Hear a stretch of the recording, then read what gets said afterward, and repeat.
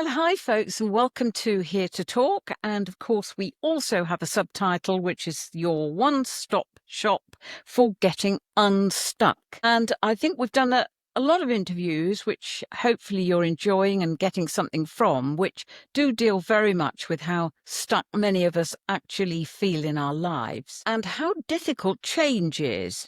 Now, today's subject is very much about that. And if I say gender-based violence to you, you will probably know exactly what I'm talking about in very simple terms, in case it doesn't happen in the area of the world you live.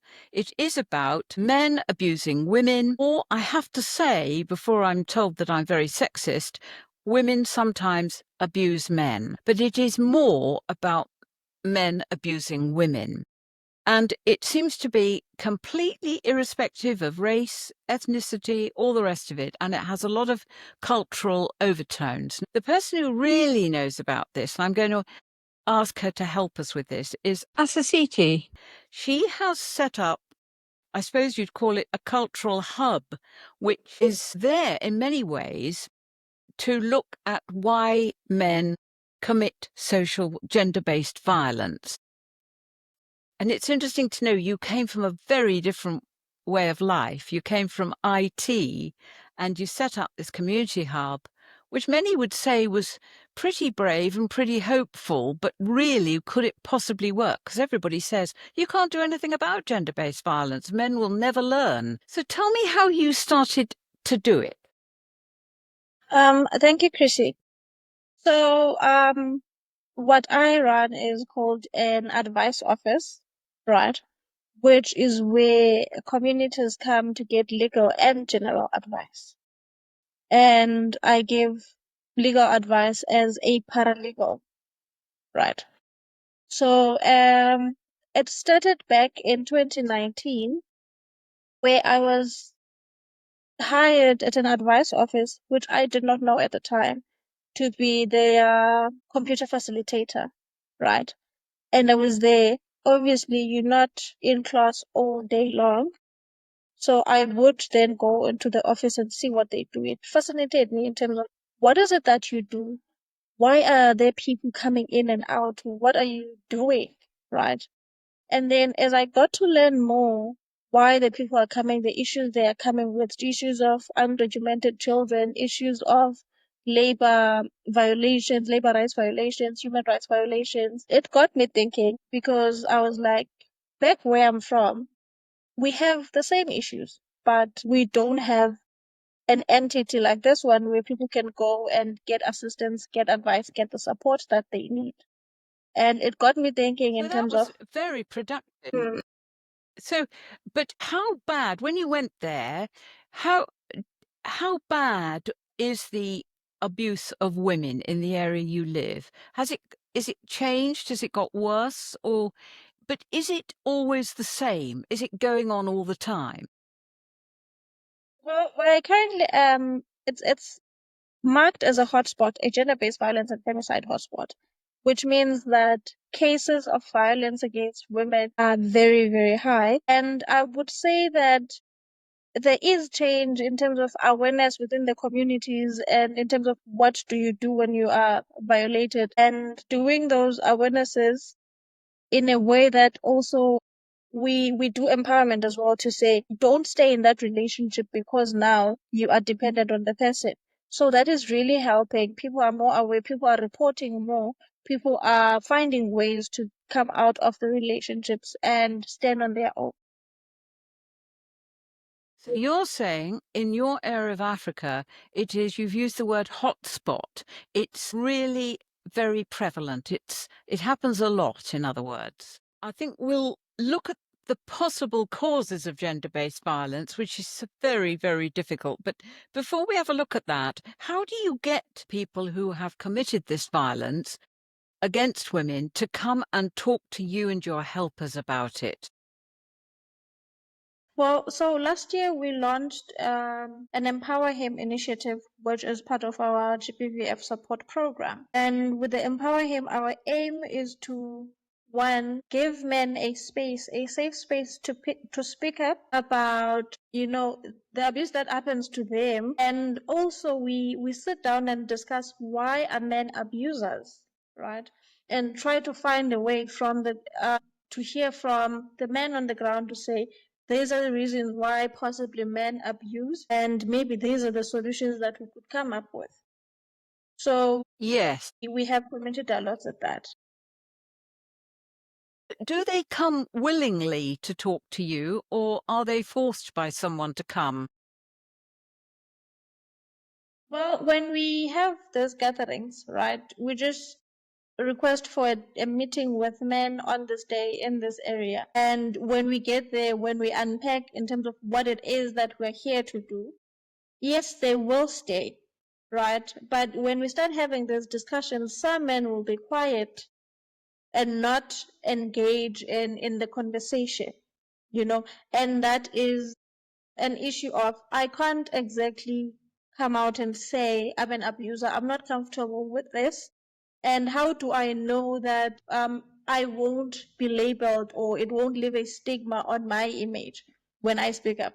So what helps is constant conversations where it's a matter of, this is a safe space, because we need to understand, because fighting GBV is not just a matter of arrest and then we move on. We also need to find the root causes, which then we believe that if you fix the root cause, then the problem will gradually decrease. I think when I first spoke to you, you told me that men who kind of do want to talk about this stuff or feel they want to look at their behaviour are seen as weak by other people in the community. Yes, because there is this ego or an image of what a man is supposed to look like, right? The societal norms and societal expectations on a man. And now if you speak up and say that I'm an abuser and these are my reasons, say maybe I was abused at a young age or I grew up and my father was an abuser. Now it's a matter of, when you speak up about it, right, you are showing weakness because you are showing remorse, you are trying to find help. And yet sometimes a man that abuses is sometimes seen as the real man, right? As a true reflection of a man in some areas. So when you speak up now and say, how can you assist me? How do I stop? Then it means you're no longer a man in terms of the societal standards and norms that are set in these areas. So can we just look at some of the reasons? I mean, I should just say, and I will mention it later, this is a subject of men abusing women, which is really widespread in the States, in Britain and everything.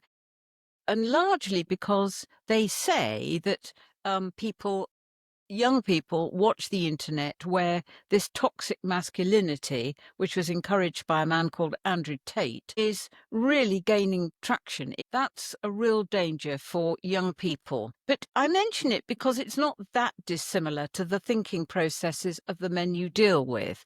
For some reason, they're misogynistic, they hate women, or they're annoyed by women, or do they feel their power is in some way taken away by women?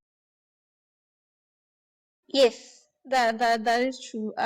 Sometimes a man will abuse a woman just to remind her, it's what they call, that I'm still the man of the house. I'm still the head of the house. So you need to respect me. So sometimes the abuse is just a way to get the woman to respect the man again. And like you mentioned, social media, it plays a role in terms of the younger generation growing into this society of abusers, because now the way we interact and engage on social media, on posts that are posted, and also the videos that we see, the movies that we watch, the documentaries, there's no message that says okay, there are messages, right, but they are overpowered by the people that will be applauding the wrong deed, right? Because sometimes when there's a video and it's a man abusing a woman, people will be commenting, what did she do? Right? It's always she brought it upon herself. And then if it's a reverse role where it's a man being abused by a woman, then people will start commenting to say, why are you not fighting back? Why are you letting a woman abuse you? So the societal norms and the way that we grew up in and the mentality that we still maintain is also contributing, which is why we are trying to have conversations and hope that it will spread wider into the greater world. So, I mean, social media would have us believe that young men are influenced by it because they spend too many hours on it. I suspect in your area of Africa, for the reasons that sometimes the internet is not great, it probably doesn't follow as much. Certainly, Netflix is showing a series called Adolescent, which a 13-year-old boy stabs a girl who's about 2 years older. And the whole series of 4 episodes looks at why he might have done it. And there are no real conclusions, except he spent a long, long time on social media where this, toxic masculinity, misogyny is allowed to grow. If we can come back to your men, though, that you deal with, is it true to say that they learn a lot from their own families, from their fathers? Well, sometimes for men who grow up in abusive households, right? And they look up at the father as an example in terms of this is how a man should be, this is how life should be lived. And they grow up thinking, as for me to be the true man of the house, this is what I need to do. For my wife or my partner to respect me, I have to beat them. And now not having any other influence, which is positive, which will say a man is not an abuser, then they grow up understanding that, and they want to practice that because they feel like, should I not beat her, she won't respect me. Should I not beat her, she'll forget who the head of the family is. Very hard. I mean, out of interest, do the police intervene with men who have smashed up their wives, or is it just allowed to go? Well, police do intervene when it's reported, right? When the cases are reported, they are followed up on, there's arrests made, there's protection orders issued. When the victim survivor actually says, I want my partner arrested, I'm filing a case, and I want a protection order issued against my partner. But their job is not easy because sometimes the woman will go and file a case, right? And then tomorrow she'll come back and say, no, in fact, my husband has apologized, my partner has apologized. So let's just, never mind the case, can we close it? We are fine now. It was just a matter of I disrespected him, or I did this, I did that. Because now it goes back to it goes back to now, they went back and thought that if this man is arrested today, what am I going to eat tomorrow?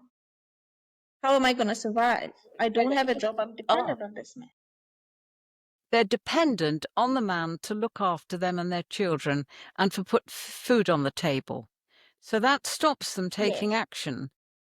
But are there any refuges in your area where they can go to? No, not in my area. There aren't. So the only way for a victim survivor to leave the primary place of residence where the abuse is happening, it would be going to a relative, or if you are a wife, then going to your maternal home. So let's go back to your hub, and you get them to sit, when they agree to come, they sit down and how often are they prepared to really talk about their behavior? Well, sometimes it depends on how deep you want to take it. Because when you are just having a conversation of, oh, let's talk about why do you think men abuse, right? They are quick to jump on that train because now it's their way of finding fault in whoever else they would claim influenced the abuse, right? And then when it gets to, okay, now you were influenced, this is what you are doing. What do you think could change this, right? And then it will go back to, but where do I get my respect? How do I get my partner to respect me? If they disrespect me, then how do I discipline them? So it's not sometimes a positive outcome conversations where we will sail clear, like right through and have our conversations, but there will be retaliation and resistance from the groups. You're painting a very negative picture. I mean, it is wonderful that you're trying to run this, and I think anybody watching this admires you for having a go. But many other people have tried to solve this problem of why men do this, and, they give up very often. Are you able to say how many people you feel you have changed or set on the course of change? Well, I would think, roughly from the top of my head, from launching the campaign, I think we've had about 6 or 7 engagement with an overall reach of maybe over 300 men. And I would say that in terms of changing mindset, over 50% of those men have changed, and if they were abusers, then they are changing their ways. And if they were not abusers, but were part of the conversation to try and change the community that they live in, then they are pushing the narrative and actually starting having those conversations in their little corners to support what we are doing and actually make sure that more people have changed mindsets. So with the 50% who have really benefited, are we saying they then can go home to live with a woman and not beat her up anymore? So it's not just an instant change, right?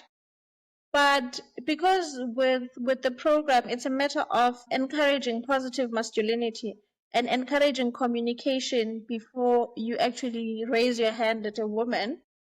Then sometimes there's conversation, sometimes because we also advise, if you are too angry and you know that you can't have a conversation, then leave. Take a walk, come back, start that conversation, you know? So it's that. It doesn't mean that they won't get angry. It doesn't mean that they won't try, but they find ways to overcome the anger and not abuse, but find alternative ways to resolve whatever issues they have, even if it means breaking up with a person. Right. So how many of the people who are trying to get to effect this change, are you just, so to speak, ordinary people, or have you got psychologists or counsellors doing it with you or not? So how we do it is we as the organization, me and my team, we just go out and have those conversations. And when it comes to people needing psychosocial support and legal support, then we refer. We refer to the Department of Social Development in our area. We refer to the attorneys that we work with. So we don't have in-house psychosocial or full-on legal services that we offer. So you aren't going to give up anytime soon. You're encouraged by what you see. People are capable of change. No, we are not giving up anytime soon. I mean, from the moment we launched, the amount of traction it had and the response we got, right? And I think what encouraged us more was having elderly men stand up in an engagement, even because we do different sorts of engagement. So even in a gathering of the whole community, a man will stand up and say, I know what your organization is doing. And I remember the conversation we had the last time we were gathered as men, and I am standing here in front of those people and say, I was abused, or I am an abuser, or I was an abuser. And I'm not scared to say it because now I know better.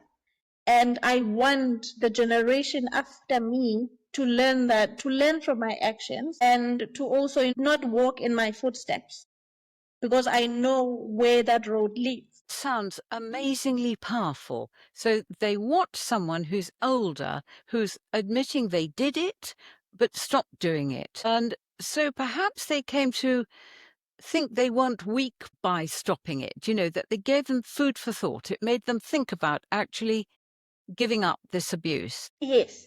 So because again we look up at older people. They are our role models. We want to be like them, right?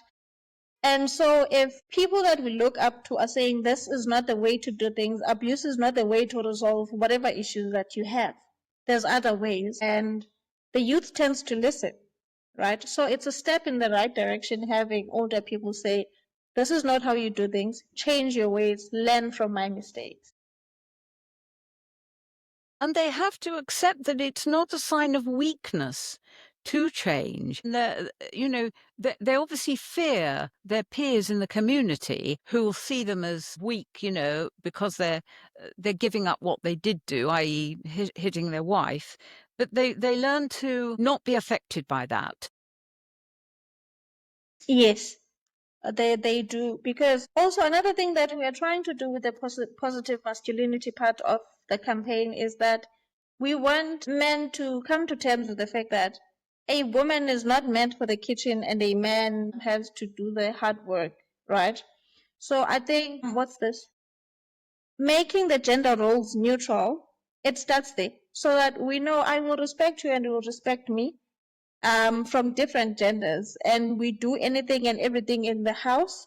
And don't think that if I asked you as my man to wash the dishes, I'm disrespecting you. But it's us sharing the workload.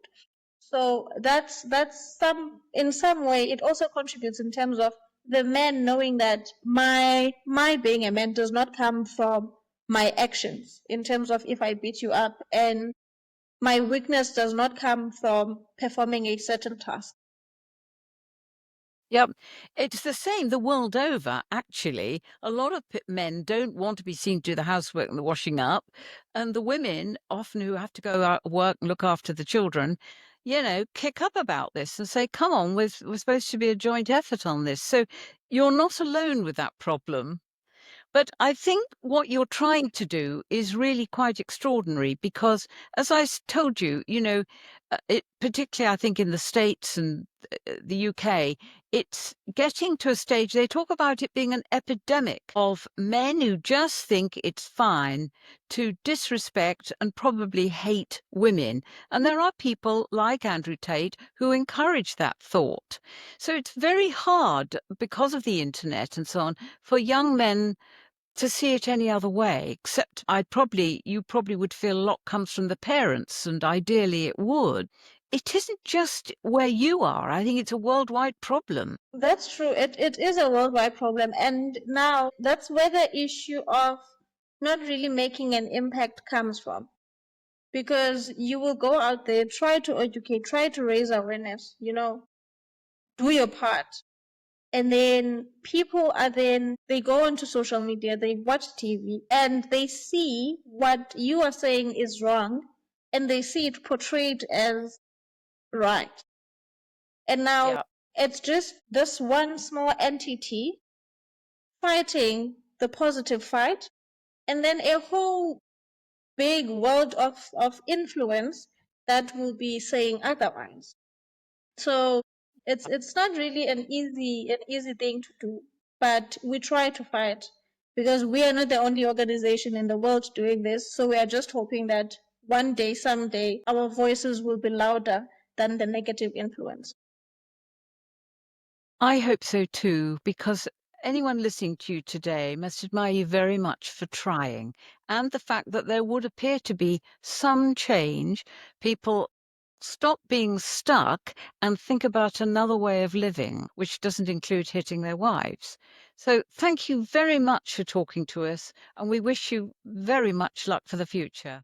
Thank you, Chrissie. Thank you for having me. And let's continue doing the work. And I hope that this helps someone to get unstuck and, to see the world in a positive light.